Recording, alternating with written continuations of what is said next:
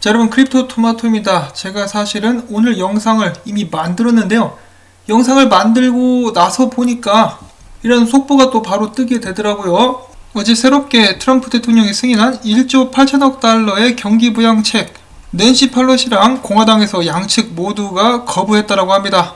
민주당과 공화당 양측에서 거부한 경기부양책이기 때문에 대선 전까지 새로운 경기부양책이 통과될 가능성은 극히 희박하다고 볼 수가 있다고 하는데요. 백악관 측에서는 아직 희망이 있다 이런 식으로 이야기를 하고 있긴 합니다만 아무래도 좀 많이 힘들어 보입니다. 사실 안 되겠죠. 이미 작정을 하고 이제 통과를 안 시키려고 하고 있는 것 같은데, 대통령 선거가 끝나서 트럼프가 재임을 하게 되든지 아니면 조 바이든이 대통령이 되든지 그래야만 새로운 경기 부양책이 통과가 될 수 있을 것 같습니다. 자, 이렇게 되면 미국 증시가 월요일날 떡락하는 것은 이제 80% 이상의 가능성으로 점쳐볼 수는 있겠습니다만, 자, 암호화폐 비트코인은 어떻게 반응을 할 것인가, 그것이 문제가 되겠죠. 미국 증시가 크게 떨어지게 되면은 비트코인도 좀 흔들리게 될 텐데, 이 점을 유의하시면서 이제 다가오는 월요일 대비하실 수 있기를 바랍니다. 이 뒤부터 재생되게 될 영상 같은 경우는 제가 이 경기부양책 타결될지 안 될지를 모르는 상태에서 이렇게 영상을 제작을 한 것이기 때문에 그 점을 감안하셔가지고 시청을 하시면 좋겠는데요. 내용 자체는 그렇게 큰 영향을 주지는 않을 것이라고 생각을 합니다. 자, 그러면은 속보 끼워넣기 여기까지 하도록 하고요. 원래 영상 재생하도록 하겠습니다. 자, 여러분, 비트코인 좀 올랐습니다. 비트코인은 왜 알트코인들도 지금 오르고 있는데, 그간 나온 소식들을 또 간단하게 한번 알아보도록 하겠습니다. 일단 지금 현재 비트코인 같은 경우는 11,400불대까지 올라갔다가 약간 떨어져가지고 지금 현재 가격은 11,367불, 알트코인들도 힘을 내주고 있는 그런 모습이 보여지고 있습니다. 그러면서 이 바이낸스 쪽으로 다시 1250만 개의 터더가 움직였어요. USDC 스테이블코인 같은 경우도 계속해서 민팅이 되고 있다는 소식들이 들려오고 있는데, 자, 이렇게 새롭게 들어오는 자금들을 통해서 암호화폐 시장이 지속적으로 상승할 수 있는지 한번 지켜보도록 하겠고요. 자, 그 다음에 체인링크 같은 경우 지난 1년 동안에 고래 계좌의 수량이 약 5% 정도 증가했다고 합니다. 체인링크를 계속해서 매집을 하고 있는 고래들, 이런 상황에 대해서 이더리움 월드 뉴스는 체인링크 고래들은 암호화폐의 미래에 대해서 확신을 갖고 있는 것 같다라는 평가를 남겼다고 합니다. 지금 보시면은 오라클 프로젝트 중에 체인링크만큼 잘 나가는 것도 찾기가 힘들죠. 계속해서 기술 채택이 이루어지고 있는 체인링크다라고 볼 수가 있겠고요. 디파이 프로젝트 카바 같은 경우 다가오는 10월 12일 게이트웨이 테스트넷을 출시하게 될 예정이라고 합니다. 테스트넷 출시를 기념해가지고 펌핑이 오게 될 수 있을지 이런 점들도 지켜볼 수 있으면 좋을 것 같고요. 그 다음에 한 유명 분석가가 이렇게 이야기를 했다라고 하네요. 지금 현재 디파이 마켓 같은 경우는 최근에 코인들이 좀 많이 하락하는 모습을 보여주었는데 이제 바닥에 근접했다. 그래서 2021년 같은 경우 비트코인과 함께 엄청난 상승을 보여주게 될 것이다. 이런 이야기를 했었던 분석가의 이름은 바로 알렉스 크루거인데요. 그는 다음과 같이 이야기를 하고 있습니다. 지난 2018년 다수 ICO 토큰들이 한 해 동안 95% 하락했는데, 디파이 같은 경우는 한 달 만에 95% 하락했다.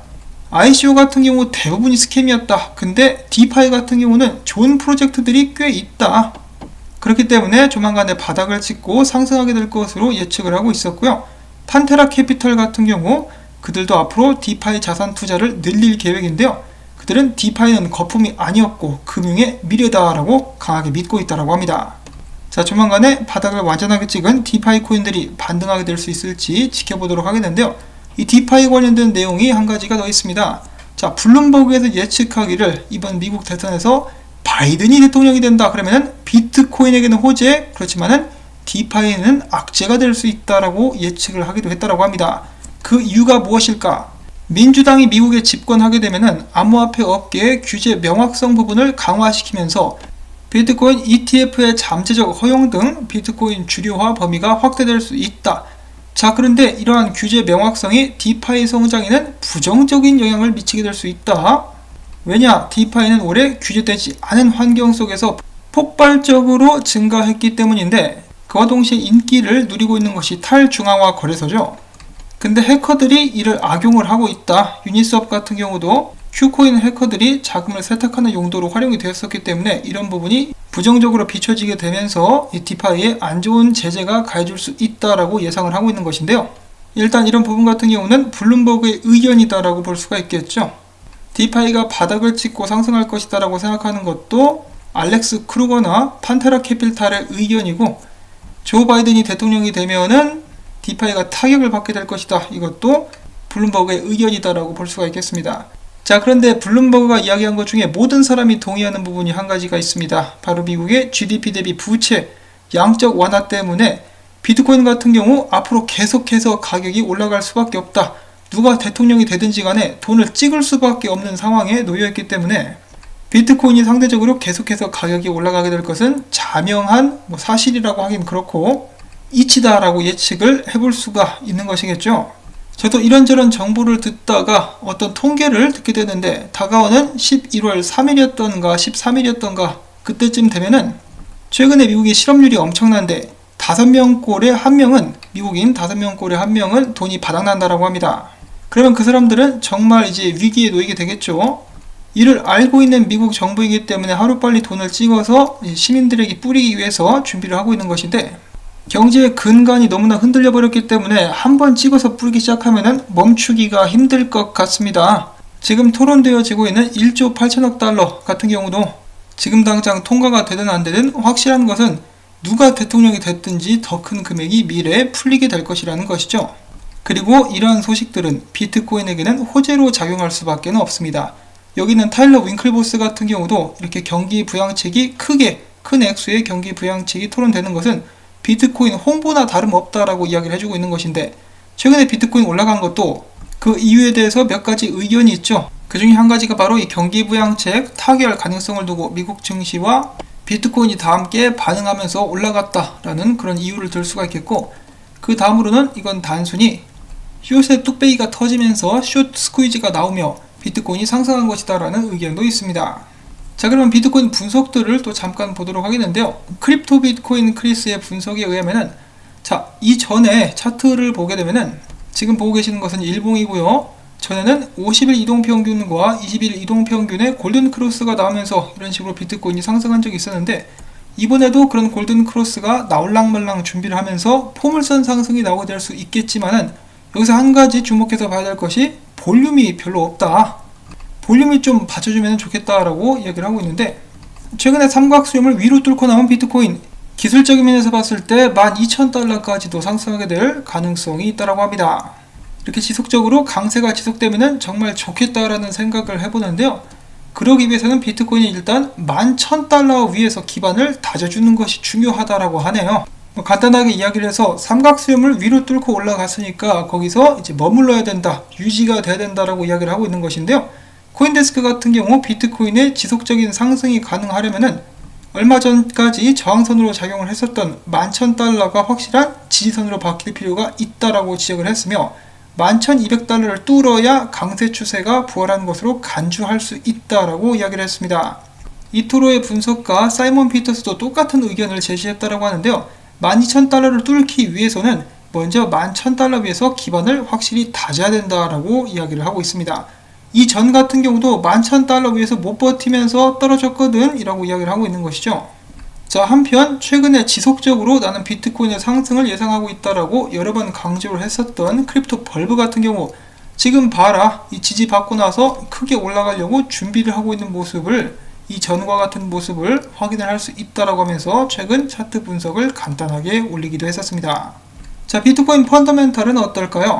비트코인은 최근 어느 수량에 관계없이 지갑 숫자가 최고조로 늘어나고 있고, 그와 동시에 1일 활성 주소수 역시 최고치를 기록하고 있다라고 이야기를 해주면서 비트코인의 펀더멘탈이 나날이 강해지고 있다는 것을 이야기를 해주었고, 글래스 노드 같은 경우는 비트코인을 1000개 이상 들고 있는 고래의 주소수가 최근 몇 달간 증가세를 유지하고 있다. 많은 자본가들이 가격 상승을 예상하고 비트코인 투자 시장에 진입하고 있음을 의미한다라고 이야기를 했습니다. 자, 저희가 뉴스에서 보는 것은 이제 공식적으로 발표를 한 것만 알 수 있죠. 그런데 전 세계에 있는 어마어마한 부자들이 얼마만큼 개인적으로 비트코인을 사서 쟁여놓고 있는지는 그 정확한 숫자를 저희로서는 알 길이 없죠. 이런 식으로 데이터를 통해서만 간접적으로 엿볼 수가 있을 뿐인데요. 한 가지 확실한 것은 천천히 확실하게 비트코인 쪽으로 돈이 몰려들고 있다는 것입니다. 자, 그 반면에 마찬가지로 글래스 노드가 이야기하는데, 채굴자들의 자금 이동을 나타내는 아웃플로우가 지난 24시간 기준 51.12% 증가한 56개가량의 비트코인을 기록했다라는 것인데요. 말 그대로 채굴자들 지갑에서 비트코인이 빠져나간 수량이다라고 생각을 할 수가 있겠는데, 이거 같은 경우는 비트코인의 하락에 영향을 줄 수는 있겠습니다만 그 수량이 많지는 않은 것 같습니다. 아마 채굴자들도 현금화를 위해서 이렇게 비트코인을 빼내고 있는 것은 아닌가라는 생각을 한번 해보는데요. 지금 당장 비트코인 시세에 가장 크게 영향을 줄 수 있는 것은 바로 경기 부양책 타결 여부다라고 볼 수가 있겠죠. 근데 그것은 단기적인 것에 불과하고, 다시 한번 이 기사를 통해서 알아볼 수 있는 부분, 장기적으로는 계속해서 돈을 찍을 수밖에 없기 때문에 장기적인 우상향은 이미 결정된 것과 다름없다라고도 볼 수가 있겠죠. 이거 역시 제 의견이기 때문에 투자 조언으로 받아들이지는 절대로 마시기를 바랍니다. 자, 한편 지금 암호화폐 시장의 심리 상태 같은 경우는 중립을 유지하고 있는데요. 만약에 비트코인이 다시 한번 펌핑을 받게 된다면 이 탐욕적으로 넘어가게 될 수도 있겠죠. 언제나 그렇듯이 비트코인은 변동성이 큰 자산이기 때문에 어느 방향으로든 빠르게 움직일 수 있습니다. 이 시장을 길게 보시고 마음의 여유를 가지실 수 있기를 바라면서 저는 오늘 영상을 여기서 또 마무리를 짓도록 하겠습니다. 오늘 전해드린 정보들이 좀 도움이 됐다, 유익했다 싶으시다면 주말에 일당이다 라는 의미로서 광고 시청 한 편만이라도 마지막까지 재생 부탁을 드립니다. 여러분들의 광고 시청과 함께 이 채널은 운영될 수가 있습니다. 자, 그러면 저는 다음에 새로운 소식 가지고 인사를 드릴게요. 안녕히 계십시오.